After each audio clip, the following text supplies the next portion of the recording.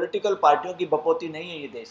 लोगों की मेहनत और पसीने की कीमत पे लूट मची है और जो लूटने वाले हैं वो सरकारों के समर्थन से लूटते हैं। जो करोड़ों करोड़ों रुपए लेके ऐश कर रहे हैं, व्यापार कर रहे हैं और सरकार के गुणगान करके भांड बने हुए हैं। सरकार के भांडगिरी करने के लिए इस देश का मीडिया थोड़ा है। तो इस देश के हालात ये हो गए हैं, सत्ता पे कब्जा जमाए रखने के लिए उसमें कोई भी पीछे नहीं है। वो इस देश को जातियों में, रिलीजन में, भाषा में, एरिया में, आदिवासी नॉन आदिवासी, अछूत नॉन अछूत, अगड़े पिछड़े, पता नहीं क्या क्या करके बांटने काम करते हैं।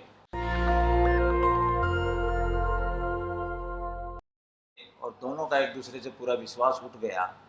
ऐसे माहौल में हमारा संविधान बार बार चिल्लाता, प्रियम्बल लगातार ये बात करता है कि कुछ भी काम हो, कोई भी कानून हो और चाहे कोर्ट का फैसला हो, हर एक के रिजल्ट में उसका रिजल्ट ये आना चाहिए, देश में भाईचारा बढ़ना, देश में भाईचारा होना चाहिए। मगर क्या हुआ, एक हाई कोर्ट का फैसला आता है और मणिपुर में आग लग जाती है। इसका मतलब क्या हुआ कि फैसला करने वाले जो लोग थे उनसे कोई भूल हुई है। तो उनको पता होना चाहिए इतना सेंसिटिव मैटर में किस तरह का फैसला करना है जिससे कि देश में आग ना लगे, देश में भाईचारा बना रहे। किसी भी बात के लिए कोई माहौल बनाया जाए और जो स्टेक होल्डर हैं उनसे बात करके तभी कोई काम आगे बढ़ाया जाए। घर में भी अगर सबकी राय नहीं ली जाएगी तो घर में भी शांति नहीं होती। घर में विस्फोट होता है, परिवार में होता है, समाज में होता है, गांव में होता है, शहर में होता है, दो समाजों के बीच में होता है।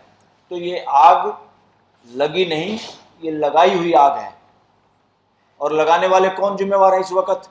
XYZ कोई भी हो, हमें उससे कोई लेना देना नहीं, क्योंकि पॉलिटिकल पार्टियों की बपौती नहीं है ये देश और ना ये डेमोक्रेसी। कि कोई आज बीजेपी है, कोई कांग्रेस है, कोई और समाजवादी है, कोई XYZ कोई भी है, पार्टियों का कोई लेना देना नहीं और नेताओं का भी कोई लेना देना नहीं कि आज कोई PM है, कोई CM है। इन बातों में नहीं जाना हमारे को। हमें जाना है जो व्यवस्था में भागीदारी करने की जिम्मेवारी जिन लोगों को दी थी वो उस वक्त काम नहीं कर पाए तो वो दोषी हैं और ऐसे लोग अयोग्य हैं जहाँ पर बैठे हुए हैं जो जिम्मेवारी उनको दी हुई है। अब इतने दिन से सुप्रीम कोर्ट ने पहले बीच में एक बार कहा था, भाई आप क्या कर रहे हैं, नहीं हमें इंटरवीन करना पड़ेगा। अरे भाई इंटरवीन करना क्या पड़ेगा, वहाँ मारे जाते हैं, औरतें नंगी घुमाई जाती हैं, इससे ज़्यादा शर्म की क्या बात होगी। जो सरकारें या जो सिस्टम में बैठे हुए लोग हैं जो थकते नहीं, सभ्यता संस्कृति की बात करते हुए, भारतीय मूल्यों की बात करते हुए, वसुधैव कुटुंबकम की बात करते हुए, इसके तो लेस मात्र काम करते नहीं, कहना कुछ, करना कुछ, होना कुछ। तो सुप्रीम कोर्ट को भी ऐसे मौके पे नजाकत वाले मामले हैं जहां लाखों की संख्या में लोग इन्वॉल्व हैं और उनकी जान माल को की रक्षा का मामला है, जहां सारा का सारा सिस्टम फेल हो गया है, वहाँ सुप्रीम कोर्ट को पेंडिंग वो केस को रख के और डे टू डे हियरिंग, नहीं तो डे टू डे रिपोर्टिंग जरूर सरकार से लेनी चाहिए थी। सुप्रीम कोर्ट ये बच के नहीं भाग सकती कि हमारे पास टाइम नहीं, हम इसको नहीं सुन सकते। सुप्रीम कोर्ट हो चाहे हाई कोर्ट हो, सबसे पहले तो उनकी जिम्मेवारी देश का संविधान बचाना, संविधान के हिसाब से देश में काम हो रहा कि नहीं हो रहा। अगर देश में संविधान के हिसाब से काम नहीं हो रहा तो समझो सुप्रीम कोर्ट और देश की हाई कोर्ट दोषी हैं, अपराधी हैं। ये हमें ध्यान आता है, यही सबक निकलते हैं। देश में जितना भ्रष्टाचार बढ़ता है, देश में जितनी तानाशाही बढ़ती है, उसकी सारी की सारी जिम्मेवारी अगर किसी की है, इस देश के जुडिशियल सिस्टम की जिम्मेवारी और खासतौर पर कॉन्स्टिट्यूशनल कोर्ट की जिम्मेवारी है, जिनको हमने इतनी पावर दी हुई है। जिन जजों को हटाने की हिम्मत नहीं, इतना सख्त कानून है, अगर मान लो उनको हटाने वाला भी, हटाने वाले और हटने वाले दोनों ही अगर शामिल हो जाएं तो देश तमाशा देखता रहेगा। तो ऐसा पॉसिबल नहीं है डेमोक्रेसी के अंदर। डेमोक्रेसी में जनता नियति नहीं हो सकती, नपुंसक नहीं हो सकती, कोई कर नहीं सकता। तो लोगों को खड़ा होना होगा उस वक्त। जनरल बॉडी अगर कोई है तो इस देश की है।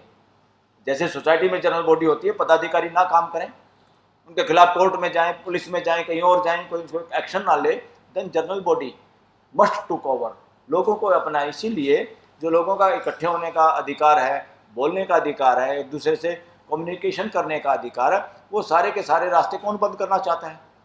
वो लोग बंद करना चाहते हैं जिनके माइंड में दिमाग डेमोक्रेटिक वैल्यूज़ नहीं है, जो डेमोक्रेसी से चलना ही नहीं चाहते, जो कब्जा करना चाहते, कब्जे की मानसिकता। कोई भी हो, XYZ, उसमें कोई पॉलिटिकल पार्टी नहीं, कोई नेता नहीं, कोई भी मानसिकता जो भी है उसकी आलोचना भी बनती है और उन सब का इलाज भी बनता है और देश के लोगों को वो करना चाहिए। अब सुप्रीम कोर्ट में जैसे केस है नीट का, एग्ज़ाम का मामला है, वहाँ करोड़ों लोग शामिल है उसमें। 22-23 लाख तो बच्चे हैं जो पेपर देने वाले थे, उनके भाई बहन हैं, परिवार हैं, रिश्तेदार हैं। उनसे नीचे के जो लड़के नई तैयारी हैं, 11वीं में जो पढ़ते हैं, उनके ऊपर क्या ट्रॉमा से गुजर रहे हैं। और जो लोग पहले से दाखिले ले चुके चोरी चकारी से, दूसरे लोगों में कितनी पीड़ा उनके प्रति भी, तो देश में क्या हो रहा है। तो ऐसे केसों में आप तारीख नहीं लगा सकते। तारीख लगाना देश का अपमान है। आपको सुनना पड़ेगा, सुनना चाहिए। ये देश के लोगों की तरफ से एज ए सिटीजन में ये बात कर रहा हूँ कि भाई कम से कम आपको सैटरडे संडे भी सुनना चाहिए, कोई दिक्कत नहीं है। जब किसी की जान बचाने के लिए भी सैटरडे संडे को रात को कोर्ट लग सकती है, वाई नॉट। इतने इंपॉर्टेंट जहाँ करोड़ों लोगों में टेंशन है, दिन रात सो नहीं पा रहे देश के लोग, मेजोरिटी का मामला है, वहाँ एक आप इंडिविजुअल आदमी को इग्नोर कर सकते हैं। सिविल मैटर है, कोई एक आदमी का वो है। जहाँ लोगों की लाइफ और लिबर्टी का मसला है, वहाँ पे इग्नोर करना वो सही नहीं है, सुप्रीम कोर्ट और हाई कोर्ट का किसी का भी। तो देश में जब जब कॉन्स्टिट्यूशनल कोर्टें कमज़ोर होती हैं, कोर्टें कमज़ोर नहीं होती, बिल्डिंग कमज़ोर नहीं होती, उसके अंदर बैठे हुए जो लोग हैं वो किसी भय से या लालच से अगर कहीं से वो कंट्रोल होते हैं या कोई कंट्रोल करने की कोशिश करता है, that is crime against the people of this country. वो इस देश के लोगों के साथ अपराध है। तो मणिपुर में जो हो रहा है हम उसकी भर्त्सना करते हैं, और मणिपुर के मामले को सुप्रीम कोर्ट हमारे हिसाब से जिस हिसाब से चल रहा है मामला, वो पर्याप्त नहीं है बिल्कुल भी। और अपने देश के लोगों को हम इस तरह नहीं छोड़ सकते मर्जी पे, सरकार की या ब्यूरोक्रेसी की मर्जी पे। उनको करना होता तो वहाँ गड़बड़ी नहीं होती। तो इस देश के हालात ये हो गए हैं सत्ता पे कब्जा जमाए रखने के लिए, उसमें कोई भी पीछे नहीं है। वो इस देश को जातियों में, रिलीजन में, भाषा में, एरिया में, आदिवासी नॉन आदिवासी, अछूत नॉन अछूत, अगड़े पिछड़े, पता नहीं क्या क्या करके बांटने काम करते हैं। और देश में टेररिस्ट एक्ट किसको बोला जाता है? जो इस देश की अखंडता, एकता के खिलाफ काम करे, वो काम टेररिस्ट एक्ट माना जाता है। तो इसका सीधा सा मतलब क्या निकलता है? ये टेररिस्ट कौन हुआ? वो टेररिज्म माना जाता है इस तरह के काम। तो टेररिस्ट कौन है? जो इस तरह का काम करता है। तो इस तरह के काम में तो ज़्यादातर पॉलिटिशियन भी शामिल हैं, जो दिन रात देश को हिंदू मुसलमान या हिंदू क्रिश्चियन या XYZ कुछ भी या जाति में बांटने का काम करते हैं। They are very very dangerous. ये बातें बहुत खतरनाक हैं। तो असली आतंकवादी कौन हुआ? एक आतंकवादी उसको कहते हो जिसने एक आदमी को गोली मार दी, और एक आदमी अपने जुबान से वो बाण छोड़े जिससे पता नहीं कितने लोग आतंकवादी बन के एक दूसरे की जान के दुश्मन बन जाएं। वो बड़ा आतंकवादी कौन है? तो इसलिए इस देश का कोई भी नागरिक ना आतंकवादी है, ना नक्सलवादी है, ना कोई गरीब है। लोगों को गरीब बनाया जा रहा है, कोई गरीब नहीं है, कोई बेकार नहीं है, बेकार बनाया जा रहा है। लोगों की मेहनत और पसीने की कीमत पे लूट मची है, और जो लूटने वाले हैं वो सरकारों के समर्थन से लूटते हैं। और जब वो लूटते हैं तो इसीलिए असमानता बढ़ती है, आर्थिक असमानता या सामाजिक असमानता या फलाना। अस्तित्व में कोई ऐसा जुगाड़, कोई ऐसा सांड नहीं है, मैं सिंपल लैंग्वेज में कहूँ, जो लोगों में असमानता पैदा करता है या जो लोगों को भेजता है कि तुम गरीब रहोगे, तुम फलाना रहोगे। ये सारे के सारे कुकर्म मानव जाति के खुद के हैं। वो रीति रिवाज के रूप में हो, वो कथा कहानियों के रूप में हो, वो चाहे कानूनों के रूप में हो, सारी बदमाशी मानव जाति करती है। और मानव जाति में भी वो लोग जो शासन मानसिकता से ग्रस्त होते हैं, वो मानव जाति पे अपराध करते हैं। वही सबसे बड़े आतंकवादी हैं, वही नक्सलवादी हैं। इस देश के लोग नहीं जो जंगल ज़मीन को बचाना चाहते हैं, जो हकों की बात करना चाहते हैं, वो अर्बन नक्सलाइट नहीं। वो शहर में पढ़े लिखे लोग, आम आदमी आ गए शहरों में, वो बात जो जंगल में उठती थी वो अगर शहर में उठने लग जाए तो अर्बन नक्सलाइट। What nonsense! इस देश के लोगों को अपराधी घोषित करोगे? अपराधी बनाना चाहते हो? खुद को, अपने आप को समझदार और संरक्षक मानते हो इस देश का, और इस देश के बच्चों को, इस देश के युवाओं को, इस देश के पत्रकारों को आप अपराधी घोषित करना चाहते हो? ये बदमाशी है, ये अन्याय है, ये देश के साथ धोखा है, गद्दारी है। और साथियों, एक आपके मुद्दे पे मैं आना चाहता हूँ, अभी लगे हाथ, सोशल मीडिया पे भी हमने बात करनी थी।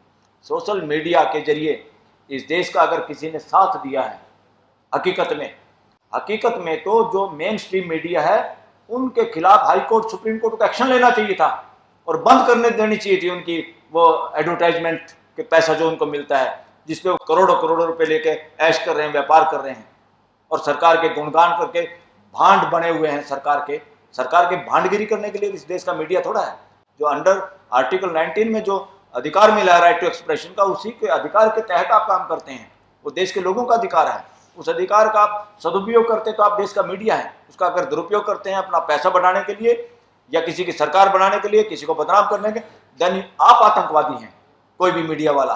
तो मेन स्ट्रीम मीडिया ने देश के साथ धोखा किया है, और उसी मेन स्ट्रीम ने मीडिया ने इस देश के पैसा, जो एडवर्टाइजमेंट का पैसा, इस देश की जनता का पैसा है, वो खा के जनता के साथ धोखा किया है।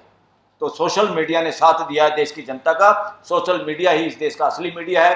तो सोशल मीडिया ऑफ इंडिया करके हमने एक ऑर्गेनाइजेशन बनाया है, उसमें काफ़ी जाने माने वकील उसमें पैटर्न है। आप सब लोग उससे जुड़िए ताकि इस देश के मीडिया की जुबान कोई रोकने की हिम्मत ना कर पाए, क्योंकि राइट टू एक्सप्रेशन बचेगा, संवाद बढ़ेगा, संवाद बढ़ेगा, सही काम होंगे, और वही डेवलपमेंट है। डेवलपमेंट सड़क बनाने से नहीं कि सड़क पर चलते हुए डर लगे, थाने बनाने से नहीं कि उस थाने में जाने से लोग डरें, हवाई जहाज बनाने से नहीं कि उसमें बम फटने का डर हो। जब तक भाईचारा नहीं होगा, जब तक आपकी पॉलिसी, आपका कानून, आपका आचरण भाईचारे को बढ़ावा देने का नहीं होगा, तो आप देशद्रोही हैं, कोई भी है। उसमें चाहे हम हों, चाहे आप हों, चाहे सोशल मीडिया हो, चाहे मेन स्ट्रीम मीडिया हो। मेन स्ट्रीम मीडिया ने धोखा दिया है, धोखेबाज है, देशद्रोही मीडिया है, और उनका सारा का सारा अगर दम होता हाई कोर्ट और सुप्रीम कोर्ट में, कॉन्स्टिट्यूशनल अथॉरिटी को यूज करते हुए वो लोग करते, तो हिम्मत नहीं। सुप्रीम कोर्ट इतने नज़दीक है, हाई कोर्ट दिल्ली में है। अगर ये लोग मजबूती से काम करें, बिना डर बिना भय के काम करें, या ऐसे सक्षम लोग हों, तो लुटियन जोन में लूट नहीं मच सकती। जो लुटियन जोन में जो गड़बड़ होती है, जहाँ ठेकेदारी, पैसे का विशेष साइकिल, तुम मुझे पैसा दो मैं तुम्हें टिकट दूंगा,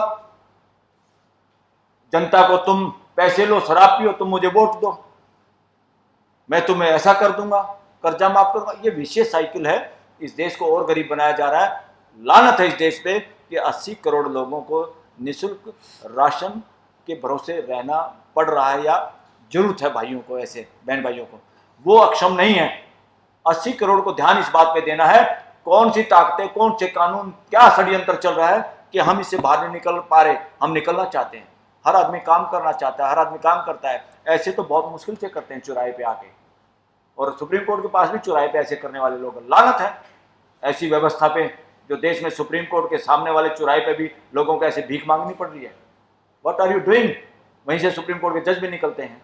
क्या कर रहे हो भाई, क्या देख रहे हो, क्या फिर ये कोर्टों का फायदा क्या है? हम इन छोटी छोटी चीज़ों को नहीं रोक सकते, और एक समाज को तो हमने परमानेंट भिखारी बना दिया इस देश में। That is nonsense on our, हमारे मूल्यों पर भी वो है चोट। जो समाज जिसको हम कहते हैं, क्या बोलते हैं, वो शब्द अगर गलत ना हो, मुझे, मैं इसमें किसी की आलोचना करने के लिए ऐसा नहीं कर रहा, मैं शब्द नहीं ढूंढ पा रहा। जो हिजड़ा समाज जिसको कहते हैं, उसका सही शब्द क्या मुझे पता नहीं, ध्यान नहीं है।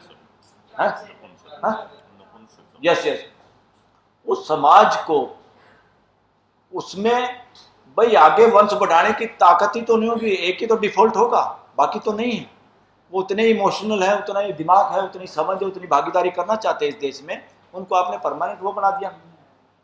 पुराने राजे महाराजाओं ने बनाया था इनको ऐसे कि अपने अवैध और कुकृत्यों को छुपाने के लिए, अपनी हजारों हजारों सैकड़ों बीवियों को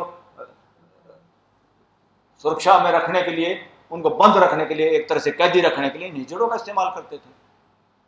आज हमारे इतने बड़े समाज को, लाखों की संख्या में इस देश में है वो समाज, ये बहुत अमानवीय काम है कि उनको भीख के सहारे रहना पड़ रहा है। वो बहुत प्रोडक्टिव आदमी है, बहुत नया सोचते हैं, बहुत योगदान दे सकते, व्यवस्था नहीं है।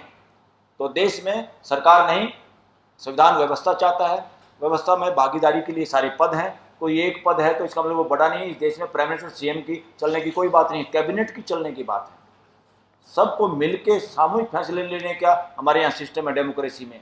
कोई एक आदमी ये सोचे और वो बार बार हमें ही रहना है, दूसरे को रहने नहीं देना, चाहे आलोचना करो, चाहे किसी को जेल में डालो, किसी को बदनाम करो, ये डेमोक्रेसी नहीं कहती। डेमोक्रेसी लोग बार बार सबकी भागीदारी, सबको मौका मिलता रहे, और खाली एमएलए एमपी जो बने वही भागीदारी नहीं करें, हर जगह भागीदारी सुनिश्चित हो। छोटे से छोटे थाने में भी, क्या थाने वाले कभी उस एरिया के लोगों को बुलाते हैं क्या कि इस हल्के में चोरी हो रही है, कुछ और हो रहा है? क्या कभी एसडीएम लोगों को बुलाता है? क्या डीसी बुलाता है? इन लोगों ने दरवाजे बंद कर रखे हैं सिस्टम ने, और ये इसी वजह से होता है। ऊपर जो बैठे हैं लोग, उनकी मानसिकता में शासन है तो वो नीचे तक आता है, भ्रष्टाचार ऊपर है तो नीचे तक आता है। इसलिए देश में नंगा नाच भ्रष्टाचार का भी और शासन मानसिकता तभी तक रहेगी जब तक देश के लोग 140 करोड़ इस बात को भली बात ही नहीं समझेंगे कि हम हैं इस देश के मालिक और हमें सबकी भागीदारी सुनिश्चित करनी होगी और इसलिए उसके खिलाफ आवाज़ उठानी होगी। और पार्लियामेंट भी गलती करे तो ये देश नपुंसक नहीं हो सकता। पार्लियामेंट के खिलाफ भी, देश के ब्यूरोक्रेसी के खिलाफ भी, एग्जीक्यूटिव के खिलाफ भी और देश की जुडिशरी के खिलाफ भी, तीनों अंगों पे ध्यान देने की जरूरत है। जहाँ जहाँ गड़बड़ हो दिन रात देखना चाहिए। कोई खुदा नहीं है जो कोर्ट में बैठे हैं, ये तो सुप्रीम कोर्ट के चीफ जस्टिस ने भी कहा है। इसलिए नज़र रखिए सुप्रीम कोर्ट क्या फैसले दे रही है, क्यों दे रही है, हाई कोर्ट में क्या हो रहा है, लोगों को जमानत कैसे मिल रही है, किन को मिल रही है, किन लोगों के साथ किसको जल्दी मिल रही है जमानत, किसको नहीं मिल रही है। सब चीज़ों पे ध्यान रखिए। सबसे ज़्यादा ध्यान हाई कोर्ट और सुप्रीम कोर्ट पे रखिए ताकि देश जागरूक हो सके और व्यवस्था सुचारू रूप से काम कर सके। नेशनल दस्तक की आपसे गुजारिश है कि अगर इसको बचाना चाहते हैं तो नेशनल दस्तक को सब्सक्राइब करने के लिए रेड कलर के सब्सक्राइब बटन को दबाएं, फिर बेल आइकन की घंटी दबाएं। नेशनल दस्तक को बचाने के लिए बहुत जरूरी है कि हर खबर को शेयर करें, लाइक करें, कमेंट जरूर करें।